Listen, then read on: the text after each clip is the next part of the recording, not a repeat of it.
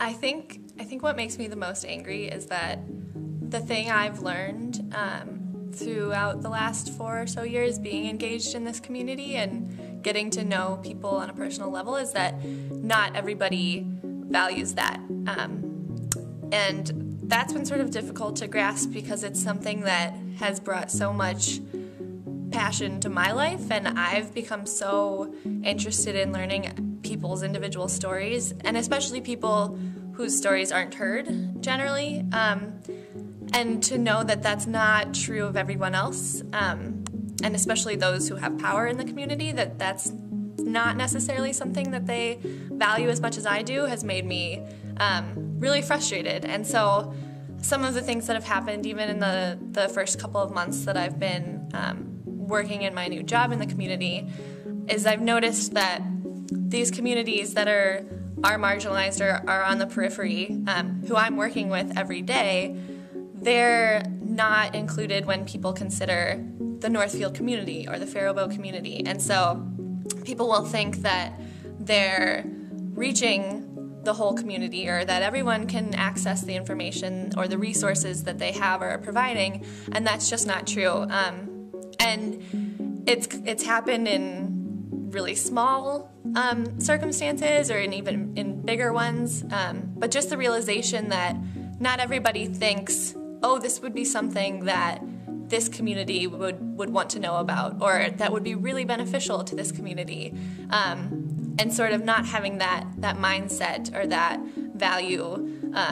of valuing the ideas and the perspectives and the thoughts of every community member in our community. And I know I'm talking in sort of broad terms, so maybe I'll give an example. Pretty recently after I started my job,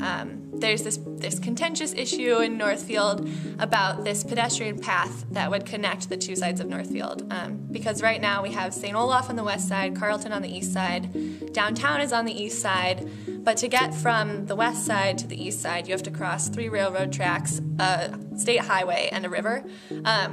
And so for some, if you drive a car, that's not a big issue. But one of the neighborhoods that I work with in my position at Growing Up Healthy is on the northwestern side of Northfield. And so they're not on the side where downtown is, where the library is, where the grocery store is, where the core of the Northfield community is. And to access that, they have to cross the railroad tracks and the highway and the river, and especially the highway, which is dangerous. Cars are zipping down it all the time, and families are crossing this highway with their young kids when there's traffic. And that's not a situation that I think anybody in this community should have to undergo. And so there was a plan to build a pedestrian path to connect the two sides. And when I first took this job was when I first learned about it, and I brought it to the attention of the neighborhood leaders that I work with in this northwestern community in Northfield, and they hadn't heard of it. And by this time it had been going on for a while. It had been an issue within the city, and despite all of that, it had not been brought to their attention that this trail that could connect their neighborhood to downtown by a safe passage, no one had thought to tell them about it. And yes, maybe there's a language barrier. A lot of the neighborhood residents speak Spanish, but I didn't think that that should be any reason why they shouldn't know about this and they shouldn't be as actively involved as other community members had been, because this was something that would greatly impact their lives and their quality of life, that would give them a safe outdoor space to be in, that would enable their children to walk to the library in safety, which I don't think is too much to ask. And so just the small fact that they hadn't even been told about it, or the information hadn't been passed on to them, which I don't think is too much to ask of anybody,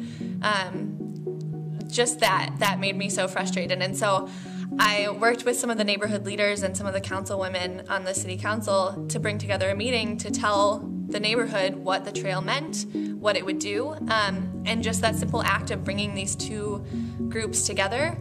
made such a difference. The neighborhood leaders got mobilized immediately, signed petitions in support of the trail, wrote little short stories about what it meant to them and to their family to be able to have a safe access from one side of Northfield to the other, and to see how much passion and how much interest was there from the community, that it was like a fire that you just had to light the match, but nobody had been doing it. You just had to tell them that something was happening, and that simple act hadn't been done. And that sort of appalled me, and I think that I've seen that on a number of different levels since I've started working here, and it's not always about one specific issue,